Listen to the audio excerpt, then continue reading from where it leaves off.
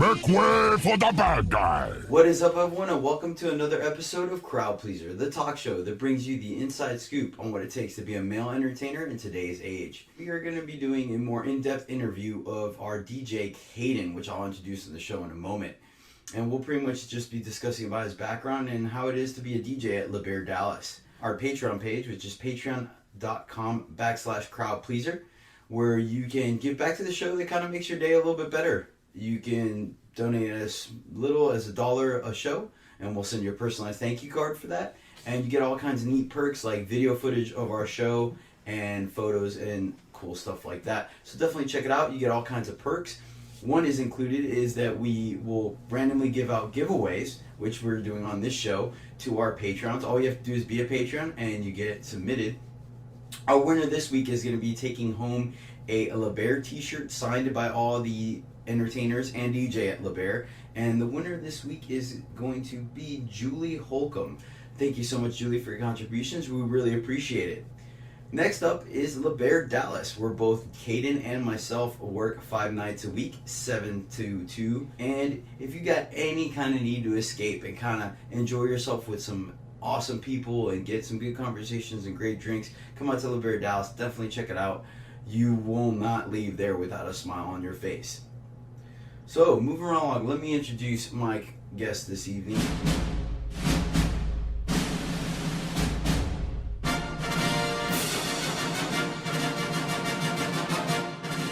He has been dancing for over 7 years. He took a small break during that time to come back to DJ at the club for over 2 years, and all while also being in a band for 5 years. I'd like to welcome on the show Kayden. Welcome back, Kayden.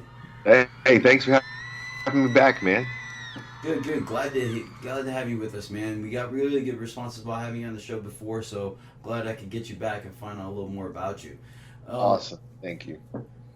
So, let's go ahead and dive right into it, man. How old were you when you started stripping, Kayden? I started dancing at 19. Oh, wow. I walked through the doors at 19. Yep. Okay, and what got you into stripping? I was a personal trainer at a local gym that our old DJ, Nick Adams, worked out at, him and a few of the other guys. And man, I just, I was a trainer there at that gym. I made friends with everybody. And, they always came in the afternoon when it was slow. And, man, they always had the coolest hair. They had, the coolest cars. And I said, what are these guys, man? Are they wrestlers? Are they in a band? I mean, I had no idea what they were. But you could tell they took care of themselves. So one day I asked, and he was like, it was Nick Adams and an old dancer named Gavin, and they both said that they were dancers. Okay. And I was like, what? And so that's how it started. That's where it started. Yeah, it's pretty much the typical response we get from people. I actually, ironically enough, small little excerpt. I went to Michael's the other day to pick up some stuff for a project I'm working on. One of the acts I'm working on for another gentleman. I was waiting in line. There happened to be a college student there. And he literally was looking at me and looked forward, looked at me, looked forward. Finally, he turned and looked at me. He's like, hey, man, so you look like a dude that's not really very arts and craftsy. What brings you into Michael's? Mind you, I understand I'm here as well. I was about to say, I'm like, well, you are here. So I told him, I was like, I'm a stripper, and I'm working on a new project, so I needed some things. And he just kind of did a double take. I was like, what? Are you serious? Or are you messing with me right now? I'm like, no, I'm serious. He's like, so you're here for stuff for a show? I'm like, uh-huh. He's like, you're a stripper? I'm like, yep. And the dude he kept asking questions up until it was his turn to go pay for stuff. He had to go to a different cashier. So it's definitely not surprising to hear that was your reaction the first time as well. And so you got into stripping. Tell me a little about it. Like, how was your show? Like, what kind of show did you put for our listeners that never came in? And what made you kind of pick the avenue or the pathway that you chose while you were dancing? So I started dancing. I came in really young. Okay, they invited me in. When I came in, our manager, the guy who owns our club currently, was a dancer at the time. So this was old school. Things were a little different. I walk in. I'm a young guy around a bunch of men, and it was a little intimidating, just like it can be for anybody that starts at LaBare Dallas. But a couple of guys were cool. Ace being one of them. Uh, Okay, right on. Ace and Cole helped me with this gangster act that I think Alex used to do. And I'm not sure if Anthony did it a few times or if he just had a suit. But Ace and Cole helped me with this gangster act. It was two guys on both sides, and I was in the middle. They had toy guns and fedoras, and they had black suits on. I had a white suit. They gave me Anthony's suit. Anthony is 6'3". Okay, I'm not 6 feet tall. So the suit was way too big. The sleeves completely covered my hands. The Oh pant legs no. went over my shoes. Oh my gosh, it looked like I was. It looked like I was joking. But man, that was my main stage suit, and I mean, I was fortunate. I was glad that I had a suit with some tearaway pants, because those were hard to come by. Not everybody was just willing to let a rookie use their tearaways. So Anthony let me use that white suit. I walked out. That was my first act. I had Cole on my left, Ace on my right. We'd walk out. We'd go over this little monologue. Ace would lean over with a lighter, and he'd light my cigar. I think Cole would lean over and actually put the cigar in my mouth. The other guy would lean over and light it, Oh and wow. we'd strobe it out, and he'd go into some Scarface, Godfather type. I don't know what it was, but it was a gangster act, and that was my first routine. And nobody's doing that right now, and I've tried to look for it because it's not bad. It's actually really good, and it'd be good to bring back. But I didn't get that great of a response. Like I said, I was. It's funny to me now, seeing you perform. Like I worked with you for a while you were still Dude, I, dancing, I also and went by Giovanni, man. That was my name, Giovanni. I didn't know what to pick. Drew was like, "Why don't you go by Giovanni?" I don't even think he remembers this. And as he just said it, I said, "Okay." He was a veteran. I took his advice, and it did not work out very well. I used Giovanni for like 2 weeks, and I didn't get a great response. I couldn't move very well. I didn't have any stage presence.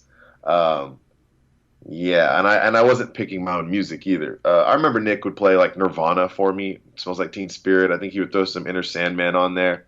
Um, and honestly, when I first started dancing, like I didn't know what I was doing, and I think letting Nick pick the music for me, and always listening to rock and liking all types of music, but him playing rock, that's when I realized that I was also going to dance to rock. You know what I mean? Because I know yes, some guys we work with love rock and roll, but they don't dance to rock and roll because that's just not what they want to move their body to, and I understand that.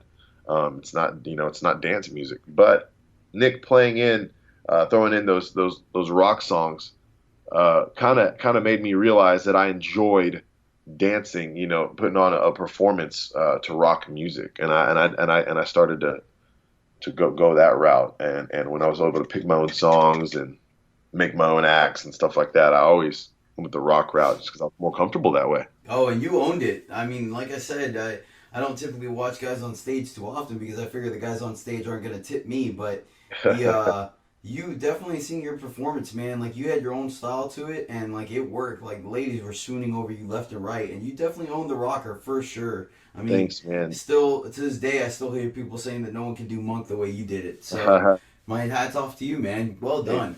So with that, you started off as a new guy and whatnot, like everyone does, and we've discussed this. Tyler and I have discussed this in a previous episode. How difficult it is to actually perform, at a stage on a strip club. But you found your niche and stuff, and then eventually you had to take a hiatus. You took a break. What caused you to stop dancing? I danced all over. Starting at LaBare, staying at LaBare, and then trying out other venues and other avenues in the industry. Um, but what caused me to take a leave of absence, and I hate to say this, man, with any job, you spend a period of time there, you just start to really consider your options and really just think about other things, man. I was in my early 20s, and like any early, 20-year-old, you honestly just start to think about what else is out there. Um, LeBaire, it's so good for you, man. It keeps you in shape. You're around great people that are motivating, that are motivated themselves. They're inspiring. They inspired me. It's not that I was burned out or anything like that. They just inspired me to try and do more. Um, and I loved performing and I loved the art of music more than I liked the art of dance. But I was just never able to do anything about it. After making friends and just living in Dallas for so long, and acquiring my gear, my music gear and all that, and just having that going on. I had a really good friend that I actually roommate. He's my roommate for 6 months, and during that time, our neighbor, who is now one of my very best friends, our neighbor was in a band with his roommate, and he was a singer and guitar. They were a guitar player, and they had musicians in and out of the house all day. And I would just go next door and jam, just plug in and jam, and just have fun. Really, just have fun with it. And one day, they kind of approached me and asked if I wanted to be the guitar player in their project at the time, and I was all for it, but I didn't have that kind of free time. But I was all for it. I gave it a shot. I jammed when I could. I met them up when I could, wherever I could, and I was really like dedicated. Man, I didn't care if I was tired or if I was going to be late. I made sure to meet them, and I knew that that's what you had to do if you wanted your music to be, any good, or if you wanted to Oh, like music at least. for sure. There were plenty of times where I remember posting on social media about me being in the gym after work and whatnot, and maybe 30 minutes after that, you post your latest jam session. So Yeah. the dedication was definitely there without a doubt. And so now that you had the chance, you essentially left dancing So because you wanted to devote more time to your yeah. more passionate goal of being in a band, and the fact that you were approached to be in this band. I know you felt a certain level of obligation to them. Tell us about that a little bit. Tell us like how about being in the band and like the progression stuff that you guys were doing, making your own songs and whatnot. So as you know, Angelo was a drummer, and I never got the chance to plug in and jam with him, and that's something that I really regret. And I'd go to his practices and just sit there and just enjoy their live jams. And he that was a lot of people, you know, talk about Angelo and the impact that he made, and that's undeniable. But that long hair that he had is not because he's a romance novel cover model. That long hair is because he's a metalhead, and he was a metalhead at heart, and that's where that long hair came from. And that's something that I never got to do was jam with Angelo. So going through everything that we went through, you and I experienced that together, our losses, our gains to the business. I just decided that I was going to take some time off and play music, and I was going to give it my all. If it took off, great. If it didn't, I'll cross that bridge when it comes. Um, and so I just gave it my all and went full speed, man, into it. Practicing day and night, saying goodbye to my friends at LaBare, which was tough, very tough because I didn't leave LaBare because I wasn't, doing well. I was doing great, and I felt like I left when I was on top, and that's something that most people don't do. Why would you leave? Why would you leave something that's going so well for you? But my heart wasn't in it, so. I left and I told my friends that I was thinking about my bandmates at the time. They all have day jobs. One of the guys is in IT. Another one of the guys is in marketing. These guys have college degrees. They're not these stoner musicians that sit around and play all day. They're motivated during the day with their jobs and making a living, and then after work they like to unwind and jam. And so we just were on two different schedules. And like I said, these guys, one guy's a marketing degree, one guy's in IT. So then, me being a dancer, it was just like, man, this other guitar player, he's out there. So I wanted to kind of be on the same page. So I quit LeBaire and I got on a normal schedule. Yeah, And yeah, because I can imagine like even them having 9 to 5 jobs and stuff like that. Like you working essentially when they're getting off work, so everyone having to rehearse at 3, 4, 5 o'clock in the morning can probably be a bit of a difficult task to yeah, get and together. I owe so much to my drummer, man. He would crash at the jam room some nights because it was only about 5 minutes, 10 minutes from his day job, as opposed to him staying at home, which would be a 20-minute drive, 30-minute drive in the morning. He would crash at the jam room, and he'd go to bed at a reasonable hour. I'm talking 9 o'clock. There were no windows in there, and he'd crash until I called him at 3 a.m. and he'd go on 6 hours of sleep. Man, he would wake up and jam all night with me, just to make sure, for the love of the music, just to make sure that the timing was right. And I mean, that was a lot of fun. Yeah, I remember you telling me about him several times over the course of you DJing because obviously, as you know, I'm attempting to get better at drumming. I've always wanted to be a drummer. I just finding the time with all the projects I have has proven difficult, but I really need to get on it because I think that'd be great. Like definitely after a long Friday or Saturday night, us going out and just jamming together for a couple hours to unwind and decompress would be fantastic. Absolutely. And and I have something to talk to you about later. Remind me. All Um, right, I'll add it to the show notes. absolutely. The so it sounds like you when all right, so you experienced the band thing, and you ended up coming back to LaBare. Do you feel like is that band kind of still there, or is that did you kind of feel accomplished in what you set out to do with it, and then returned, or was it just kind of like you got the itch, like you know what, this is here, it's cool, but I need to kind of now balance out what I'm doing as a hobby and what I love, and then as a career. Yes. So looking back on the band and looking forward into the future, being at LaBare, back at LaBare, um, it was a solid run. That the band is still there. I'm still, I met my very best friend outside of the business, the lead singer for my band. Him and I, man, have stayed, so remained close, and I'm really fortunate to have him in my life. It's somebody that I can talk to about things that are going on in my life personally, and somebody that understands and listens to all of the music that I jam, and so that's always fun. Looking back at it all, after it was all said and done, that first project Vulcan that we started was just amazing, man. We were solid. I would open up for anybody, man. That's And awesome, man. I could talk about it all day. All right, well, that's definitely great insight into you, man. Definitely exciting, and probably we could stay up one of these nights and talk some more about it. But let's get back to But going back to DJing, I'm sorry, I didn't mean to cut you no, off. no, no worries at all, man. It's completely understandable. So what made That you front you though came back to LeBaire, but this time you came back to LeBaire as a DJ. What made that change? to DJ. Well, we needed a DJ. Um,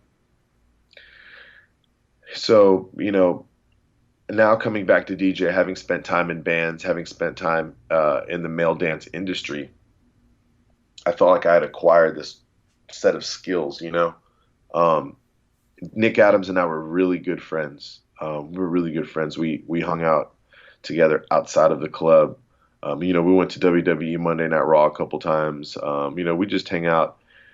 So, having him in my life and him making such a big impact in my life really affected my decision in coming back to LeBaire because I felt I had a lot of responsibility. I felt like I had to take initiative, and I felt like um, Nick would have wanted me to be behind the decks and on the mic. And, um, before I left to pursue music full time, we started doing routines like Latin, where we all go on the stage and have our, first and second parts. And then I don't know if you remember me coming out in the middle of that Latin routine with a microphone to explain the dance off. Yes, yes, kind of That's how, MC it so the girls knew what was yeah, going on. that's how it was first. That's when a mic was kind of first thrown into my hand. And I've always played music, and I've never really wanted to be a vocalist. And I sing and play guitar. I always make fun of people who sing and play guitar. I think it's cheesy. I laugh about it all the time. I always make the joke. What do they call a guy that hangs around a bunch of real musicians? A vocalist. So I always make that joke. I never wanted to be a vocalist, but the mic was put into my hands for that Latin routine, and doing that, it allowed me to be more comfortable on the mic in front of all the ladies. I had never really had to be out there before. So after that Latin routine, I feel like I was kind of prepped, maybe. I was kind of being prepped to possibly one day hop on the mic if I had to, even though I had no DJing experience, and that's another thing. I don't like to be, classified as a DJ. I prefer to be a male review MC, LaBare MC strictly, because I'll never go anywhere else and do this. I don't care if they asked me to go to Vegas. I don't care if Thunder asked me. I don't care if Chippendales. Well, I wouldn't do it. It's LaBare only for life, and that's just what it is. Well, So we both know that our job is very trial by fire type thing. There's plenty of things that people have never done before, and we're just kind of like, all right, here's a crash course in it. Like, have fun. Hopefully, you survive at the end of it. yeah, Which you have. Like, you've constantly improved every night you've been behind the turntables, and like it shows. Like the show has just gotten significantly smoother. Your announcements and the way you talk on the mic has gotten better. Certain adjustments that you've done to the lights and the way you transition music and stuff, you've really adapted and put your whole heart into the job, and it shows. Like you've definitely made improvements to the show as well as your own personal improvements over the course of time that I've seen you do it upon your return. thank you. Well, it goes both ways. The dancers really help me a lot. It helps it go a lot more smooth than it could. How is that? So obviously, a lot of us, Nick was a dancer. I heard before he went DJing, and a good amount of the dancers had their complaints about the DJ and DJ about the dancers. Considering that you were a dancer as well, and now you're a DJ, like how is it? How do you see anything different that you didn't see when you were dancing now that you're DJing? I do see things a little differently now. I see a lot. I see a lot. Everybody there is an individual, and you have to deal with them one on one. And everybody's different. All the dancers are different, and I've realized now that I cannot please every guy on the list every night. Now that would be great, but it's just not going to happen. Out of 18 guys, 3 sets a night, I'm going to have one bad set. To me, it may be bad, and then you or another dancer will come by and say great set, and I'll say what? And that's when I'm thrown off completely. I'm just happy that you're happy. Um, Sometimes what I think is a good set isn't so great to you all. Sometimes what you all, I don't even do a whole lot, and you guys will tell me that it's great. And so I really try to find that balance of what y'all want and what y'all don't want. I think I think Everybody's different.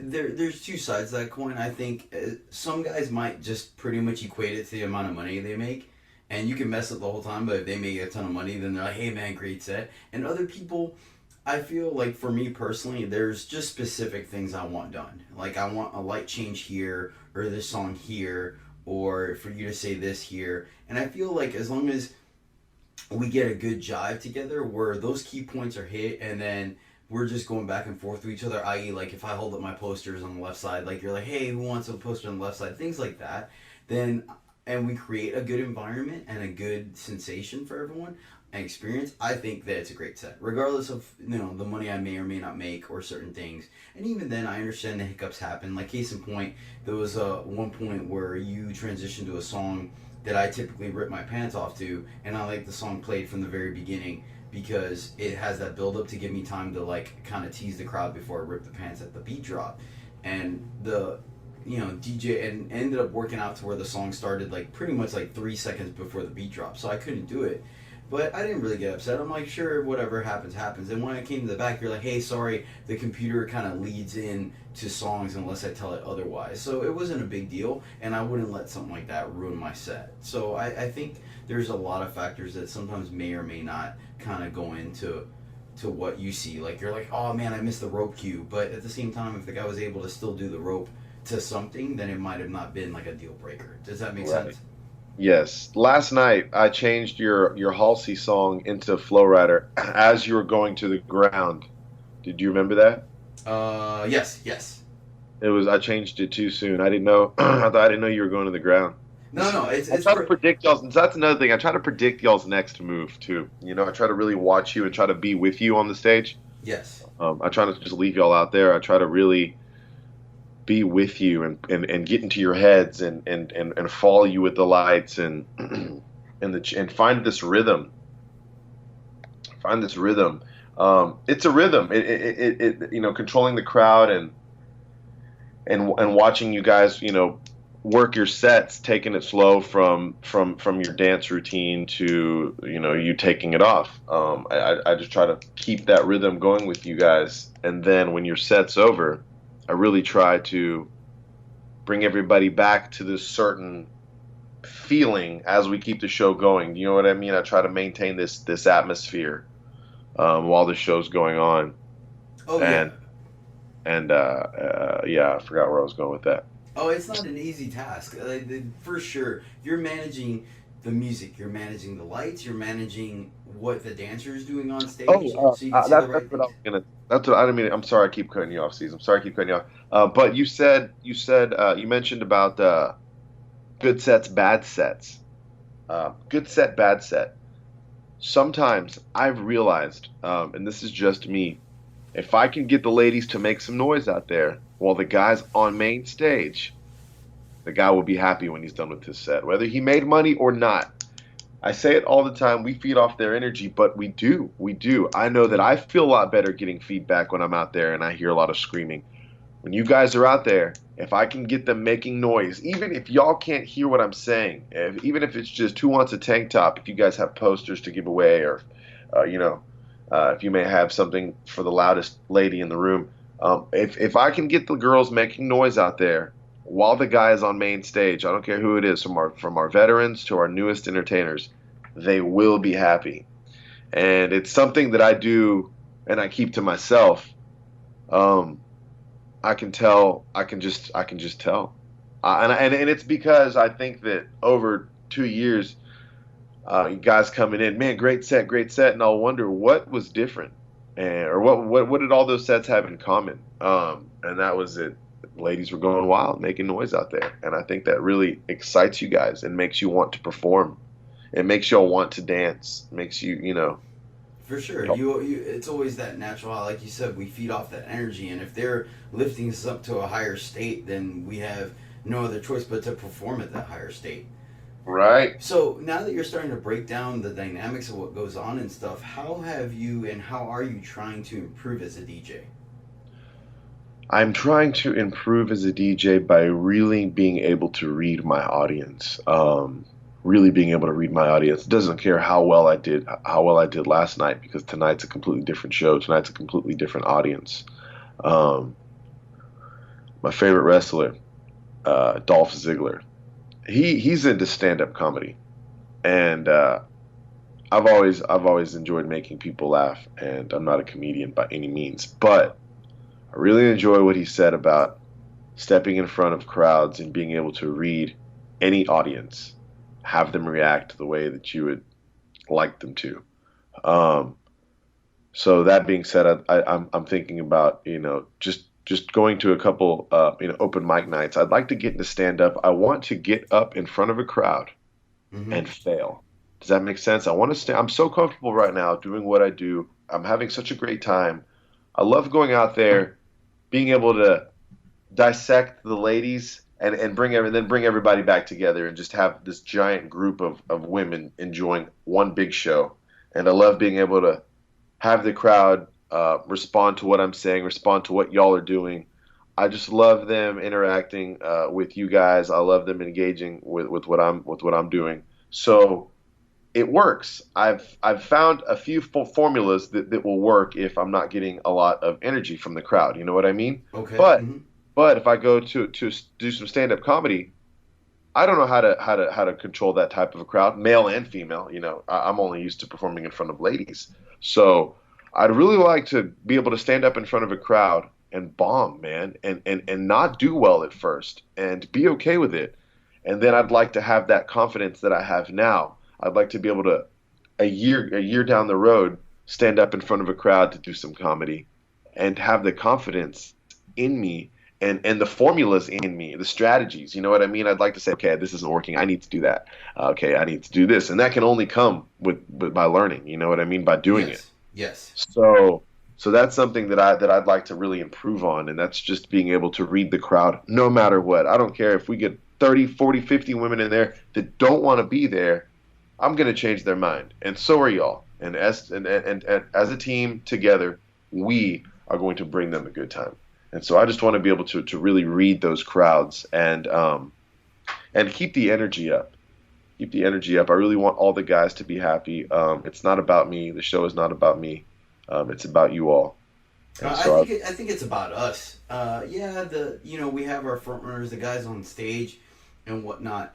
But at the same time, like I've been on stage without a DJ before, and it's an entirely different animal. The dynamic is different. The feel of it's different. There's so much. It is. It's just straight up a different animal, and like you make a bigger difference than you. I think the crowd or you sometimes like to believe, but it really is there. When you're a dancer and you see like the difference when you're into it or when you're busy or whatever, like it makes a world of difference. Like I can't stress that enough. Like clear as day. Like there's a huge difference, and so it really is our show. Like there's no one-sidedness about it. We couldn't have one without the other. So with that being said, and since we're a cohesive unit, what can the dancers do to kind of help you make a better show? at this point, I think that everybody being on time really helps me out. Um, I like it when the guys will come in and tell me what they're going to do an hour from now. I know it sounds ridiculous. The crowd may change, but just give me an idea and then we can change last minute if we have to. But I like to have everything ready to go literally an hour, 2 hours in advance. At this point, I'm doing the first guy set, but I already have the entire show pulled up. And I have my songs that I'm going to throw in there. I have songs that I may or may not use, but I like to have everything pulled up. So the guys being on time really helps me. So one last thing before we start wrapping this up, I know as one of your hobbies, and you mentioned earlier a little bit, you're into pro wrestling. So tell me a little bit about your stint in pro wrestling. Love pro wrestling, man. Love pro wrestling. I also think that growing up watching pro wrestling helped me in my performing arts, and so I got into dancing. Was traveling the nation with a group called American Hunks at the time, and I was on the road for a year. Not 3 months, not 2 months. You'll come back. No, I was on the road for a year, and I read Around the World in Spandex, written by Chris Jericho. It's one of his first books, and I read it. And man, in that book, he kind of tells his story. And I remember calling my mom and her saying, if you want to come home and you want to go to school or you want to, go to a trade school, go back to school, whatever you want to do, I'll fully support you. I'll help you out. Let's get you off the road. Let's get you back home. I said, Mom, I want to be a pro wrestler. I said, I know it sounds ridiculous. I said, but I've been obsessed my entire life. I said, I'm in the best shape that I've ever been in. I'm super athletic. I have a legit shot. I said, I'd like to give it a run, give it a try. So I flew home from Kansas. I was in Kansas, Overland Park, maybe. I caught a bus to the airport, came home. I called Killer Tim Brooks, an old big-time heel in the NAWA. He defeated every Von Erich from Fritz down. And I called him up, and he had the most credited, the best pro wrestling trainer in North Texas, man. And I went to pro wrestling training camp. And having my stint in the camp, doing well there, I met one of the head trainers, which was a dancer. I won't mention his name, but he's a male dancer who made a big impact on the business, owned a club, a male dance club, and also did work with the WWE. Man, just a phenomenal entertainer, a phenomenal athlete, and I'm very lucky to have worked with him in the male dance business and then over on into the wrestling business. It was like I had a friend, because that business is just like LaBare in the sense where it's intimidating. You're around a bunch of big guys that have been doing it for a while. So I went to pro wrestling training camp, learned how to wrestle, had to learn how to wrestle, didn't know how to, and then took it from there, man, and loved every bit of it. Now, some pro wrestlers have long careers, some pro wrestlers have short careers. Um, in the beginning of my career, man, there was no fear in me. I'd do anything, and I tore my ACL. Oh no. I tore my ACL, career-ending injury, so they say. Man, it was really tough. I didn't have health insurance at the time. I was young. I didn't have a lot of money, so my family helped me out. I had the surgery. I wasn't able to work as well as I was working before. So that really set me back. I had my surgery. I had to kind of hang up pro wrestling for a little while. I still participated. In fact, I went out there for months on crutches in a leg brace. We incorporated that injury into the storyline. So Okay. that helped out. My promoter didn't want me written out of the show. So I kept I kept going on with it as long as I could. But I mean that was a year recovery after you have the surgery, and I didn't have the surgery for 6 months, so they can only hold on to a guy for so long. Yeah, understandable. And so then I healed, and I went back into I went this was 2010, so I went back into dancing 2011, 2012, gave that a solid run, had a great time at LaBare, and then I don't know if you remember, but I tore my other ACL. Do you remember that? I had to Yes, take a year yes. off of that. The movie was being filmed. LaBare the movie. When they came to film the movie, man, I tore my ACL, my other ACL. So I had two ACL recovery injuries, two ACL injuries, two surgeries on both knees. That's why I don't wrestle anymore. But I mean, you bet I still keep up with it, and I still know what's going on, and I still Oh yeah, once something's a passion, one way or another, you figure out how to kind of stay in the loop about it. You don't let things go that easily when it's such a big and important part of your life. right. I know I'm the only grown man that I know that watches wrestling, but man, it's a lot of fun. It's really entertaining, and I see through it. Being a part of it. I'm not being sucked in. I'm just looking at it as live art, live performance. It's a live, dangerous ballet. Yeah, I believe. I mean, it's a good show. It's a good show regardless. So it's pretty neat that you at least got a chance to be a part of it. I know it stinks that you weren't able to continue with it physically, but like I said, I think you at least can take something away from it when you're able to say you did it, for lack of a better term. You know. Yes, So totally. I think that's awesome, man. Thank you. And I appreciate it. So we typically like to end the show with a best event and worst event of the week. We do this because, as you know, when you were a dancer, one of the most frequently things we get asked is, "What's the craziest thing that's ever happened to you?" and yada yada yada. So we try to kind of dab in that a little bit with people. So let's start off with our worst events. Uh, Mine was I have over the winter I gained some weight and Man, you are putting on some muscle. You are putting on thanks, some man. muscle and staying lean. You look great, man. You're in great shape right now. Appreciate that. So, Appreciate that very much, so Kayden. so you It's all for the show, man. You gotta look good on stage. So I was trying to gain some weight, and I did. Not as much as I'd like, but that's okay. It's a process, and I slipped my mind of what size I can actually gain, like physical size, and I didn't really alter too many of my costumes. So I go to put my pants on for an act, and I can't button them. I literally, if I button them, then the Velcro down the sides rip. And you and I know that that's just a bad thing waiting to happen. oh, So I'm yeah. sitting in the back, mind you, the guy, I'm getting dressed, I'm going up next on stage. I'm just kind of not panicking, but the guys just hear me like, I don't know how to fix this. So I end up just strapping a belt on and hoping for the best, right? I redo the Velcro and do whatever. And literally, I want to say 30 seconds into the act on stage, my pants just ripped. I do some kind of dance move that flexes my leg, and my pant leg just rips. And Oh it's man. about a quarter of the way down. I'm like, okay, this is manageable. But Were once you it doing get starts, down by chance? uh, no, it was a group act because I had guys with me. Okay.